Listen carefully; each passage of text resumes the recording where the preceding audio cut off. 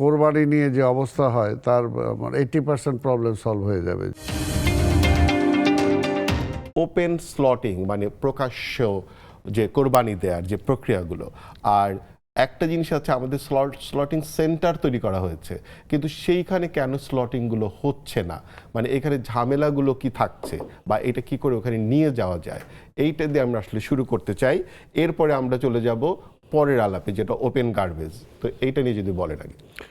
আপনাকে ধন্যবাদ, আমার সহ-আলোচক বন্ধু মাহবুব কামালকেও ধন্যবাদ জানাই। যারা আজকের অনুষ্ঠান দেখছেন শুনছেন তাদেরকেও ধন্যবাদ। এখন এই প্রশ্নটা আপনি আমার করার চেয়ে আপনার টেলিভিশনের মাধ্যমে ঢাকাবাসীকে করাটা ভালো, উচিত, জেনুইন হবে। কারণ এটা হলো যে সিটি কর্পোরেশন একটা ব্যবস্থাপনা রাখছে, এখন আপনি সেই ব্যবস্থাপনায় সামিল হচ্ছেন না। এটা আপনি তার প্রশ্নটা কাকে করবেন? সিটি কর্পোরেশনকে করবেন, না যারা করছে না, সামিল হচ্ছে না তাদেরকে করবেন? আমি বলব, এটা আমি আরও সহজভাবে বলতে চাই, আসলে আমরা এখনও এইগুলোতে অভ্যস্ত না। মনে করেন আমরা তো সিটি কর্পোরেশন, আমাদের 2টা স্লটিং হাউস আছে। এছাড়া কোরবানির জন্য আমরা কিছু নির্ধারিত স্পট ডিক্লেয়ার করেছে, ঠিক করে দিয়েছিলাম।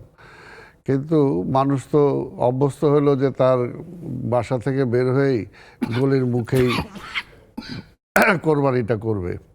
এইটা থেকে এখনো বের হয়ে আসতে পারে নাই।